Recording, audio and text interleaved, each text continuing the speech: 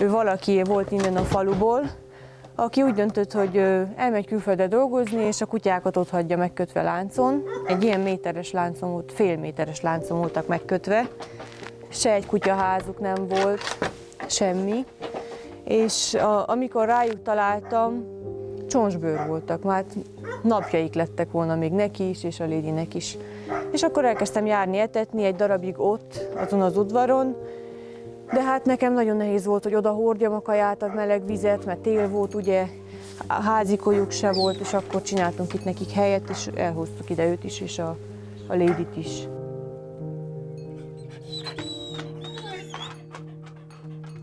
Bruminak az a története, hogy szólt egy csaj, itt a falu végén lakik, hogy napok óta kóborol egy kutya, akinek valami drót van a lábába szorulva, és hát elmentünk, megkerestük. A drót egész a csontig volt bevésődve a lábába, valami csapdába léphetett.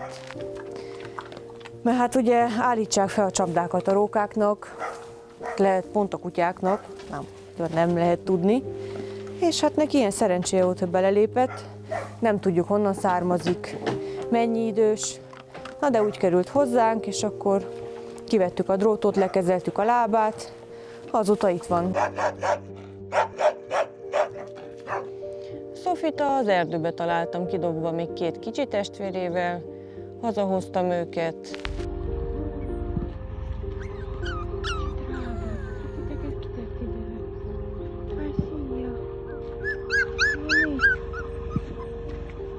Itt tartottuk, ameddig a másik 2 testvérét örökbe fogadták, és akkor úgy maradtunk, hogy a Sophie az megmarad nekünk.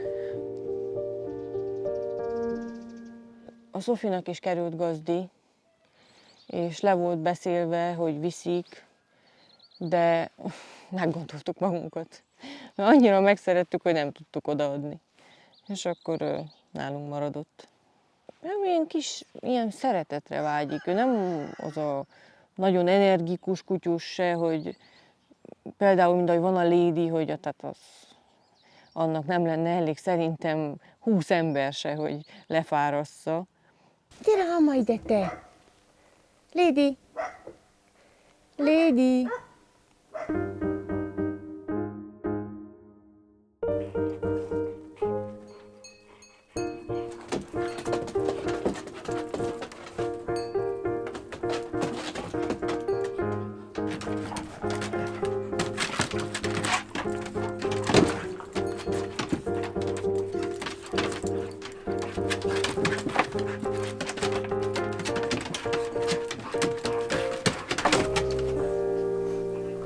Úgy kezdődött, hogy találtam egy kutyust az útszélén, és mivel nekünk már nagyon sok kutyánk volt, nem tudtam, hogy mit csináljak vele. Befogadni nem tudtuk, és akkor azt mondta, valaki szólt, hogy van itt a környéken egy állatmentő, aki ezzel foglalkozik, és felvettem vele a kapcsolatot, és mondta, hogy ő tud neki gazdát keresni, tudja a kajáját biztosítani, az oltásokat, az ivartalanítást, én csak valahol keressek neki egy helyet, ahol tartsuk, ameddig sikerül gazdát keresni. Nálunk volt körülbelül 3 hetet, 4 hetet, és örökbe is fogadták. Németországba került, nagyon jó helyen, kanapén alszik, annál jobb nem is kell neki. A foszterezés az abból áll, hogy befogadjuk őket, és megpróbáljuk minél többet foglalkozni velük, hogy a személyiségük ki tudjon bontakozni. Hogy egy picit megbátrodjanak, elkezdjenek újra bízni az emberekbe. Ő tőlünk is nagyon félt, amikor ide került. Egy picit agresszív is volt, ugye, hogy biztos azelőtt kínozva volt, verve volt, hajkurásza volt, és ezért nem bízott az emberekbe. Minket már megszokott, de nem tudom, hogy egy idegennel hogy viselkedne. Agresszívnek már biztos nem agresszív, de viszont félni még mindig félne. Főleg a férfiaktól fél. Tehát valószínűséggel férfi bánthatta őt. A legtöbb az úgy kerül hozzánk, hogy megyek az úton, az autóval, meglátom valahova kidobva, berakom és hazahozom, és akkor szólok az állatmentőnek, hogy hát került még egy kutyus, és akkor ő is próbálja promoválni mindenhol az oldalain, hogy minél hamarabb kerüljön neki gazda. Vagy van olyan, hogy ő is Szofi, most én beszélek. Szofi. Van olyan, hogy ő is kap kutyát valahol, és akkor megkér szépen, hogy ha be tudnám fogadni, ameddig sikerül gazdit találni.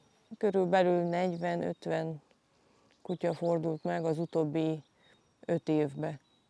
Főleg az idős kutyákat szokták kirakni, mikor már beteg, mint hogy elvigyék állatorvoshoz, könnyebb tőle megszabadulni, vagy a kicsi kutyákat szokták még nagyon sokan kirakni, nem ivartalanítsák az anyukát, lekölyközik, nincs amit csinálni a kicsi kutyákkal, megfogják és kirakják. Hát ezen az segítene, hogyha betartanák az emberek a törvényeket, hogy ivartalanítanák a kutyákat, mert hogyha ivartalanítva van, ugye nem tud kölyközni, és akkor a kölykök nem kerülnek ki az utcára, azok nem párosodnak tovább, és hát ebből van a sok kóborkutya, de ha mindenki betartaná az ivartalanítást, főleg, hogy nagyon sok ingyenes ivartalanítás kampány van, úgyhogy megoldás lenne. Tehát ingyen is van, csak el kell vinni a kutyát. Úgyhogy ezt nem tudom, miért nem lehet megcsinálni. A kicsi kutyák, azok relatív hamar kapnak gazdát. Viszont a felnőtt kutyák, azok elég nehezen. Például a Brumi, amelyik hátul van a kennelbe, az 3 éve van nálunk, és 3 éve keressük neki a gazdát, és még nem sikerült. Az Óra Ladyvel 2 éve vannak itt, nekik sem még nem sikerült. Na, van, amelyiknél elhúzódik, van, amikor az embernek szerencséje van, és kiposztolód, és rögtön is kerül rá a gazdi.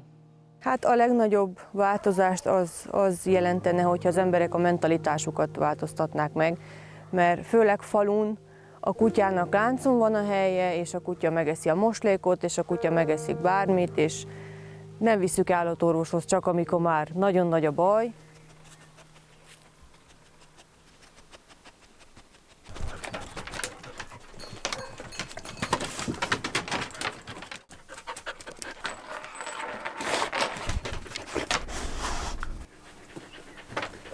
Egyfajta ilyen nyugodtságot adnak, és főleg aki szereti a kutyákat, mert sokan vannak, akik hát szeretik, de úgy távolságról, hogy legyen, de azért nem ölelgessük, nem puszilgassuk.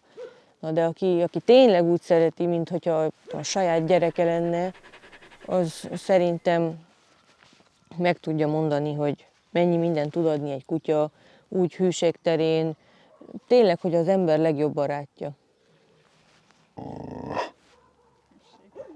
Igen. Ugye, Szofi?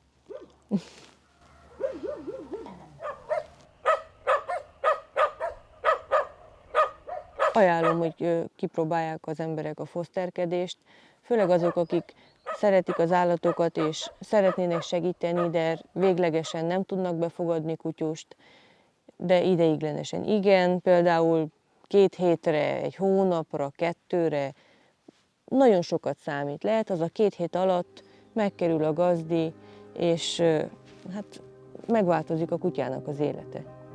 Úgyhogy én ajánlom mindenkinek, akit csak teheti, hogy próbálja ki, és meglássa, hogy mennyi minden jót tud adni ez a dolog. És hát örömet okoz. Mert amikor meglátod, hogy azért, mert te segítettél azon a kutyán, megváltozott az élete, és egy jó családhoz került, hát akkor annál jobb érzés nincs a világon szerintem.